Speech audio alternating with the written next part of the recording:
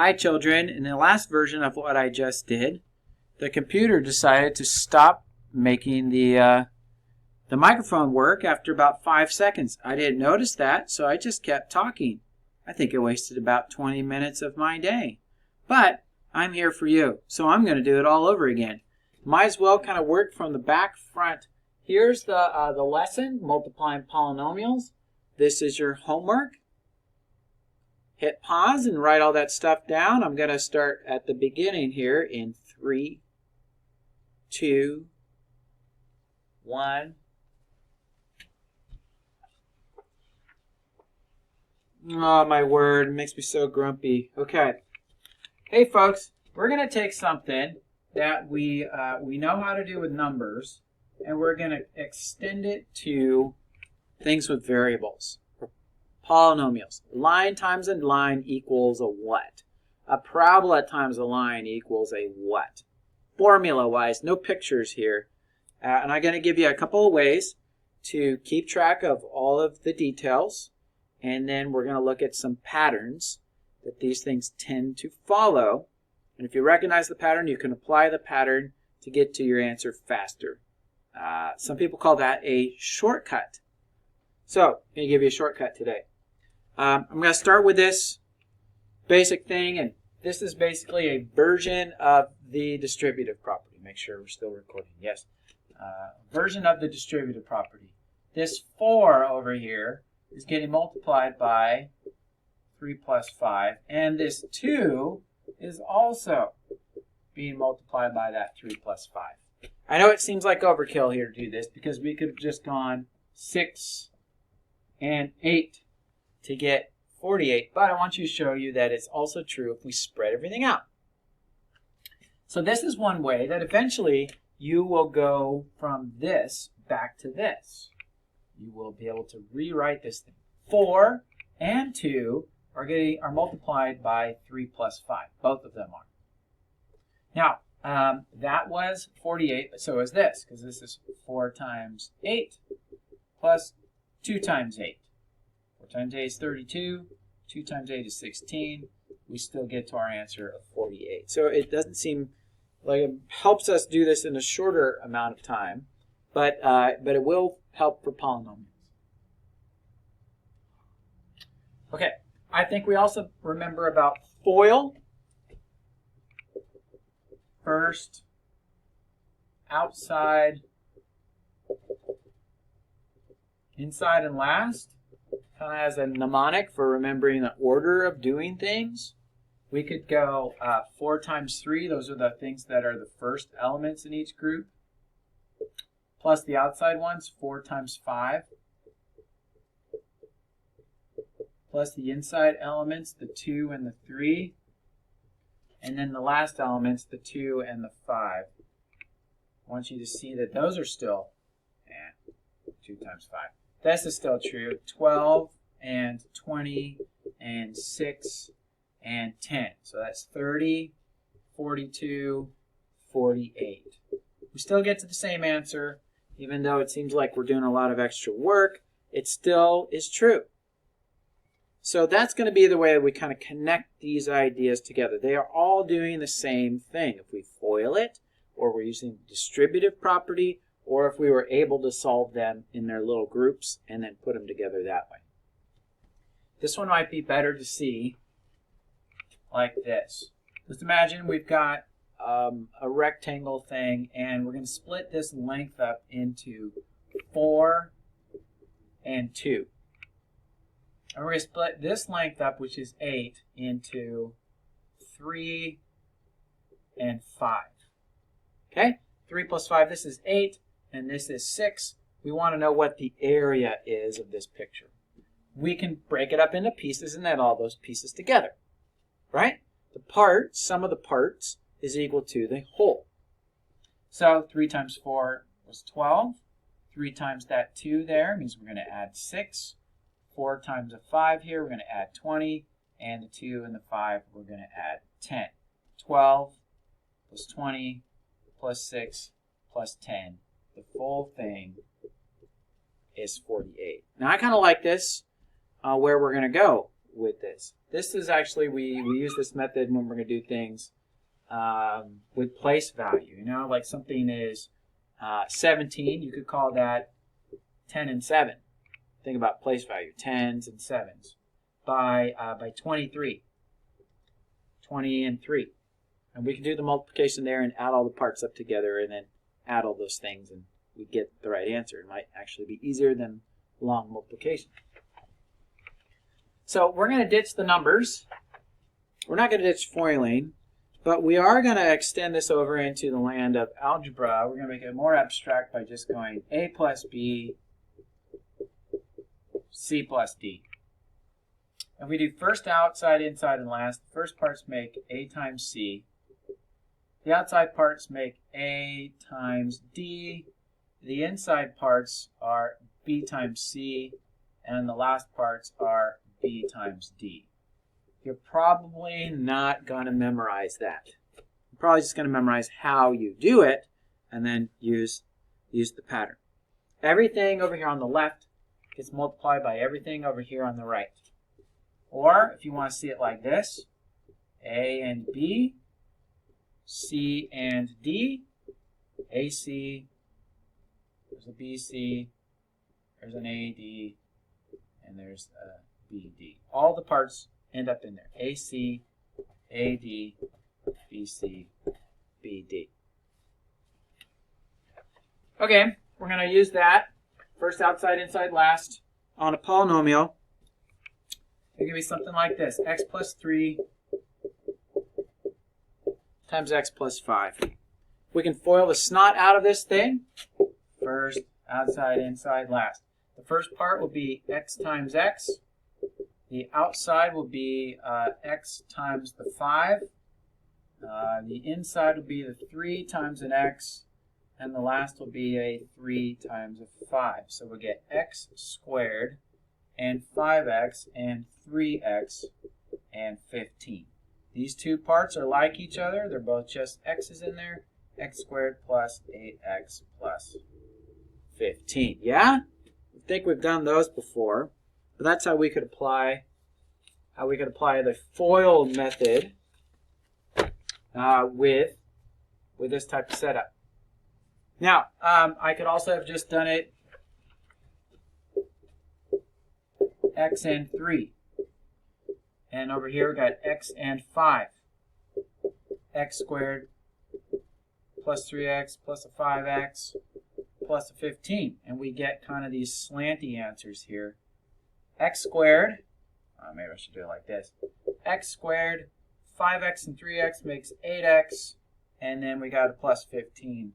There's the answer. Same thing, but maybe a little bit more visual. And here's our like terms. That's where they're going to sit. I'll do a little bit more complicated one here than just those two. Let's add a few extra pieces here. Let's go 2x minus 3 times 3x plus 2. Okay, I could FOIL this, but I would rather draw a picture. I'm going to divide this up into 2x and negative 3 and 3x and positive 2.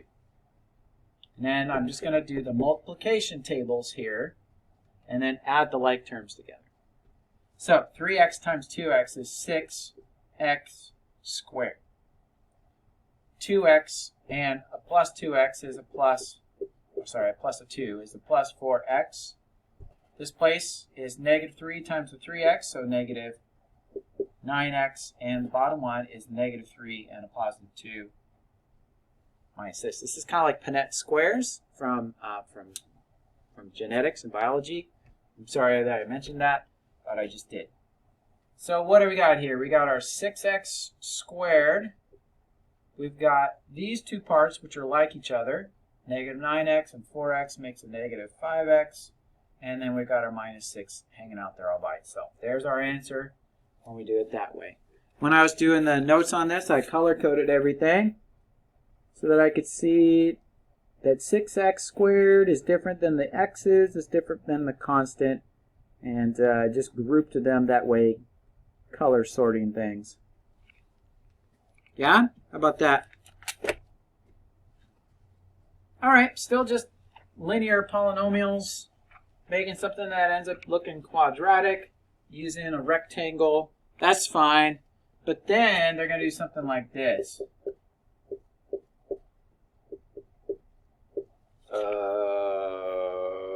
No, minus 2. And an r plus 5. You'd have to multiply all that stuff together. I'm going to call this first one A, the second one B, and this last one C, and remind you of the associative property of multiplication, which says I can group this answer and then multiply by C, or I could group the B and C answer and then multiply by A, and that doesn't change anything. So what I'm going to do is I'm going to get kind of like a subtotal, and then I'm going to have to do some more expanding here. That is, I'm going to do r plus 3 times r minus 2 first, and then I'm going to do the multiplying by r plus 5. So I'm going to just ignore that for now. I'm going to do this first. I'm going to FOIL it. R squared minus 2r plus 3r. Minus 2r plus 3r. That's a plus 1r. And then negative 3 times negative 2 is negative 6. So there's like my subtotal. And now I'm going to have to multiply this by this. Now I can do this all with expanding, but I'm going to have to go this times this, and this times this, and then this times this, and this times this, and this times this, and this times this. And that can be a little confusing. So what I am going to do is I'm going to simplify it a little bit by drawing a picture. I'm going to draw a picture like this. I got enough parts here for an r and 5, and for an r squared, a 1r, and a minus 6. I'm going to do the multiplying here and add up all the stuff together. So r squared and r makes r cubed. R squared plus 5 means plus 5r squared. A plus 1r and an r is a plus 1r squared. A plus 1r and a plus 5 is a plus 5r. R times negative 6 is negative 6r. And negative 6 times a plus 5 is negative 30. Now watch what happens with our answers here. We'll get our cubed is in there. Then these two are like each other. So we'll add them together and get 6r squared. We'll add these two together and get a negative 1r. And then the 30 is there all by itself. And we've got our sum. We've got the whole thing. If I had done it this way, with an r plus 5 here, this is what would have happened. I would have gone r, let me do it over here. I got till right there, dude. Okay. R squared and r is r cubed. R squared and plus 5 is a plus 5r squared. Then this times this will go right here, so that I'm kind of adding in columns.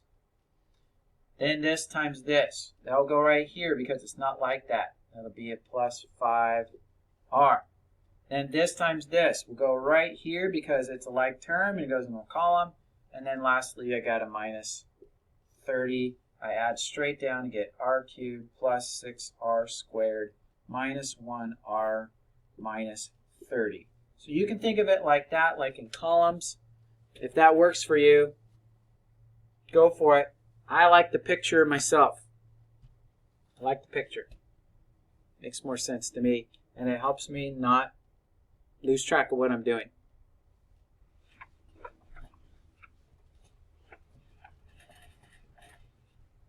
Now, special product patterns.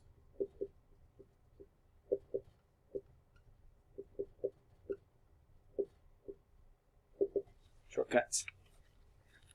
Mathematical shortcuts. I'll give you 3. They're on your Algebra properties sheet. First one is called difference of 2 squares. It's my favorite one. Difference of 2 squares is when you have this.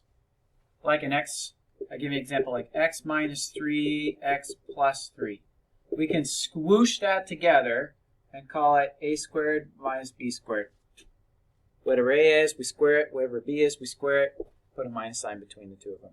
So think what would happen if we FOIL this. X squared plus 3x minus 3x minus 9. These two are like each other, but they cancel each other out.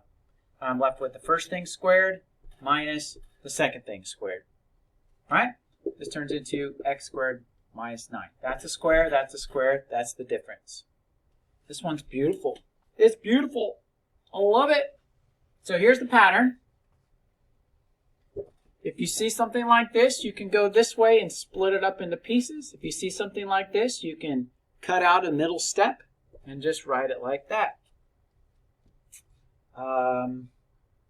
Okay, another pattern is a minus b times a minus b, which you could write as a minus b squared. It's a difference, a squared difference, different than a difference of two squares. Okay, if I FOIL this, I get a squared minus ab plus b squared. These two are like terms. A squared minus 2ab plus b squared. And I'm going to put a 1s in the front. I get this 1 to 2 to 1 pattern here when I have a minus b and I square it. I multiply it by itself. I'll have 1 of the first thing squared minus 2 of one of each of these multiplied in, and then plus the second thing squared. I'll give you some numbers for this. If we had x minus 3 squared, we can just follow the pattern here and say, well, the first thing gets squared, be x squared. And then we go minus 2 times the first thing and the second thing, which would be a 3 here. There's the first thing, there's the second thing. And then we finish it off with the second thing squared, be 3 squared. So we get x squared minus 2 times 3 times x, and the last thing squared. There we go. We use the pattern. Instead of FOILing, we'd use the pattern, and we can get to the answer. You'll get used to seeing these things where this thing's squared and that thing's twice of one of each. We're going to see that a lot when we are completing the square. Something we'll do later on in math. There is a third one, and the third one, let me just write this one in again. It'll be 1a squared minus 2ab plus 1b squared. The last one is a plus b when it gets squared. That's the same thing as a plus b times a plus b, which if we FOIL that, we'll get 1a squared plus ab plus another ab, so 2 ab's, and the b times b is b squared. There's the pattern, and you notice that these two are almost exactly the same except for that one difference. This one's a minus, this one's a plus. That's the same, that's the same, that part's the only difference. So if I had x plus 3 squared, the answer would be x squared plus twice of x and 3 and 3 squared. So it would be x squared plus 6x plus 9. Similar answer, except last time it was a minus right there. So these three patterns here, difference of two squares, a squared minus b squared. The difference here, and then squaring it, a minus b squared and a plus b squared, are patterns that you will see pop up in lots of polynomial problems. And what you want to do is you want to apply the pattern as best as you can. So one example here, 2y minus 5 squared. That's like this. And a is 2y and b is 5. So follow the pattern. We'll have 1 of the first thing squared.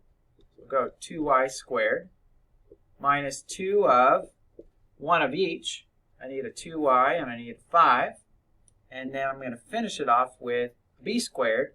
That'll be 5 squared. 2 squared is 4. Y squared is y squared. We'll go minus 2 times 2 times 5 is 20 with a y. And we finish off with phi squared is 25. It saves us a little bit of time. We don't have to FOIL and combine like terms. That like term business is taken up with us taking 2 of something. It would be minus and then minus again. So we cut out a step by following the magic pattern. Right, that's it. The rest of it is just varieties on that pattern. They could have letters and numbers, or all letters if they wanted to, like the patterns up here. You're just going to pick the pattern that applies, and you're going to work it out. These things, they would still work if you do the rectangle method. The rectangle method, I think, is better for keeping track of things. Maybe it was, I'll do some different number. We'll do like 3y plus 7 squared. You could still do that this way and have a 3y and 7 times a 3y and 7 and get 9y squared, 21y, another 21y, and 49. So there's our 2 times the first thing times the second thing right there. So that'll work as well. If you like that, use it. It helps you keep track of all your numbers. That's jolly good then. Or you could have gone 3y squared plus 2 times 3y times 7 plus 7 squared. You would get the same answer. You get 9y squared plus 42y plus 49. Okay, I already gave you the homework. So if you have questions, you know where to ask. You can text me and say, hey, could we video chat really quickly? But there's your lesson 19 stuff. Yay.